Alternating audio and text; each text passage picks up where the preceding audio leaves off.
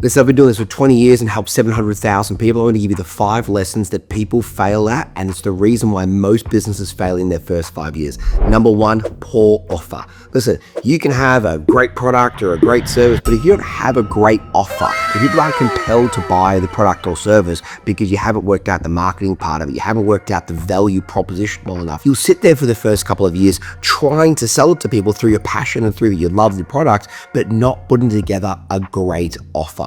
Prioritize putting together a great offer. The second thing is control freak. I see it all the time, right? Listen, your business is not your baby. You'll be like, oh, what's my baby? It's my baby. Listen to me.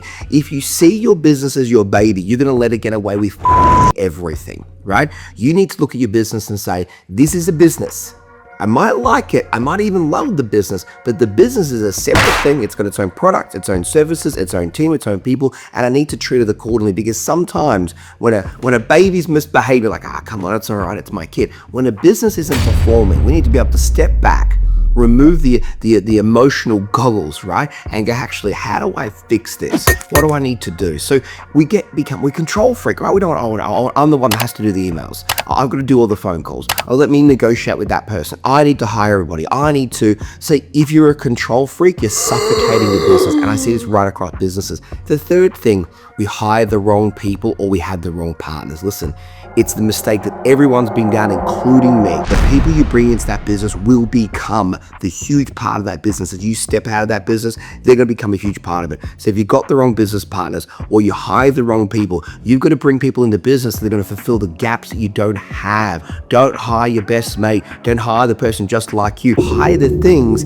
that you don't do very well. That's the first people, and focus on doing the things you do really well until you can replace that. And the fourth thing is, people are told if you work hard, you'll get success. And that's bullshit, right? We live in a day and age where you have to prioritize learning, because listen to me, if you spend the first 5 years trying to work it out yourself and trying to get there, and you're putting in 10 hours a day, you're working on the weekends and not getting anywhere because you're prioritizing the work as a prioritizing the learning. That's the old saying where the 2 axe choppers, and one stops every 2 hours and doesn't understand why the others are, why is guys stop it?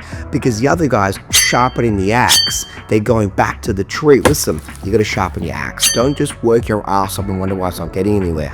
You can go, if you learn half the time and execute half the time, you'll stay in business and you'll get there way faster than anybody else. You've got to learn, not just work your ass off. Learn.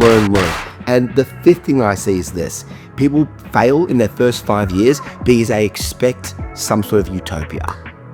The reality is that, it's the mirage, right? You got to stop thinking that actually, just up there there's water. Just up there there's the greener pastures. Listen to me. Don't expect utopia. Business gets harder. Right? Business gets harder, stuff gets harder. And the first 5, 6 years, 10 years, maybe 2 years, it might not be pretty. And if you're looking for pretty, go look for something else. Go work for somebody else. Because in the first part of building your business, it's challenging. In the second part, it's challenging. Only when you get to the point of scale, when you've got some space, some time, and you've got people that are delivering what they need to do, you might be able to step back and then start having that time you want to have away. Listen to me. Don't expect utopia. Because in business, it doesn't get easier. You get better at it.